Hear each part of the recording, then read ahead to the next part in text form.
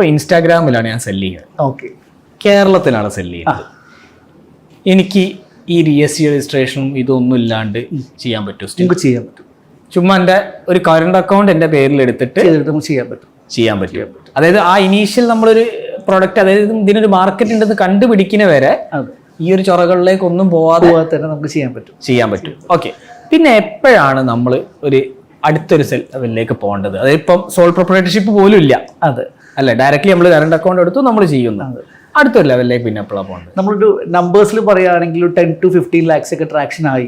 എന്തായാലും നമ്മൾ മന്ത്ലി അല്ലെങ്കിൽ ഇയർലി എന്ന് വേണമെങ്കിൽ പറയാം. 1-2 ലക്ഷം രൂപ മാസം കിട്ടുന്നുണ്ട്. നമ്മുടെ ഒരു പ്രൊഡക്റ്റ് എങ്കിലും മാർക്കറ്റ് ഫിറ്റ് ആയി. നമുക്ക് എന്തായാലും ഇത് മെയിൻറ്റെയിൻ ചെയ്ത് പോകണമെങ്കിൽ ഒരു കമ്പനിയോ LLPയോ പാർട്ണർഷിപ്പോ ചെയ്യണമെങ്കിൽ 19,000 രൂപ ചിലവുണ്ട് ഒരു വർഷം. അപ്പോൾ അതിലേക്ക് സീരിയസ് ആയിട്ട് പോകണമെങ്കിൽ നമുക്ക് മിനിമം ടേൺ ഓവർ നമുക്ക് വേണം.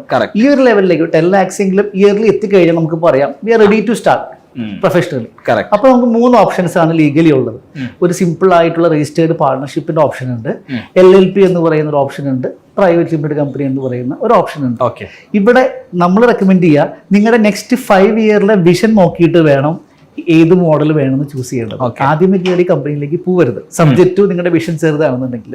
ഒരു എക്സാമ്പിൾ വഴി പറയുകയാണെങ്കിൽ, ഞാൻ ഇൻവെസ്റ്റ്മെന്റ് ഒന്നും സീക്ക് ചെയ്യുന്നില്ല, എന്റെ ഫ്രണ്ട്സ് ഫാമിലി എന്റെ ഫ്രണ്ട്സിൽ നിന്ന് മാത്രം ഒതുങ്ങുന്ന ബിസിനസ് ആണെങ്കിൽ ഒരു കമ്പനി പോലും വേണ്ട, പാർട്ണർഷിപ്പിന്റെ ആവശ്യം മാത്രമേ ഉള്ളൂ. സോൾ പ്രൊപ്രൈറ്റർഷിപ്പ് അല്ല, പാർട്ണർഷിപ്പ്, രജിസ്റ്റേർഡ് പാർട്ണർഷിപ്പ് എന്ന് പറയും. 2 പേര് കൂടിയിട്ട് നമ്മൾ 5,000 rupees സ്റ്റാമ്പ് പേപ്പറിൽ ചെയ്ത് അതിന്റെ പുറത്ത് പാൻ കാർഡ് എടുത്ത് അക്കൗണ്ട് ക്രിയേറ്റ് ചെയ്യുന്ന സിമ്പിൾ മോഡൽ. മനസ്സിലായി. ഏറ്റവും ഈസി ആയിട്ട് ഡീഡ് വെച്ചിട്ട് അത് രജിസ്റ്റർ ചെയ്യാന്ന് പറയും. കാരണം നാളെ ഡിസ്പ്യൂട്ടോ ഡിസൊല്യൂഷൻ പോയിന്റ് വന്നാൽ എൻഫോഴ്സബിലിറ്റി വേണമെങ്കിൽ രജിസ്റ്റർ ചെയ്യണം, അല്ലെങ്കിൽ ആ പേപ്പർ കയറി കഴിഞ്ഞാൽ അത് കംപ്ലീറ്റ് ആയി. എൻഫോഴ്സബിലിറ്റി പറയുമ്പോൾ എന്താണ്? ഡിസ്പ്യൂട്ട് വരിക, പാർട്ട്നേഴ്സ് തമ്മിൽ ഡിസ്പ്യൂട്ട്, അല്ലെങ്കിൽ എന്തെങ്കിലും കോൺട്രാക്ട് ഇപ്പോൾ വെൻഡേഴ്സ് ആയിട്ടുള്ള പ്രോബ്ലംസ് ഒക്കെ വരുന്നുണ്ടെങ്കിൽ നിർബന്ധമായും രജിസ്റ്റേർഡ് ആയിരിക്കണം. നമ്മൾ ഈ ഗ്രൂപ്പ്സ് എന്നാണ് പറയാ, ട്രിവാൻഡ്രത്താണ് അത് രജിസ്റ്റർ ചെയ്യുക. e-groups.com എന്ന് അടിച്ചു കഴിഞ്ഞാൽ അതിൽ കിട്ടും. മനസ്സിലായി. അപ്പോൾ അവർ രജിസ്റ്റർ ചെയ്ത് കഴിഞ്ഞാൽ ഒരു ഫേം രജിസ്ട്രേഷൻ നമ്പർ നമുക്ക് കിട്ടും. അതുപോലെ ഫേമിന്റെ പേരിലുള്ള പാൻ കാർഡും കിട്ടും. അതിന്റെ പുറത്ത് ഒരു ബാങ്ക് അക്കൗണ്ട് നമ്മൾ ഓപ്പൺ ചെയ്യുന്നു, ബിസിനസ് ചെയ്യുന്നു.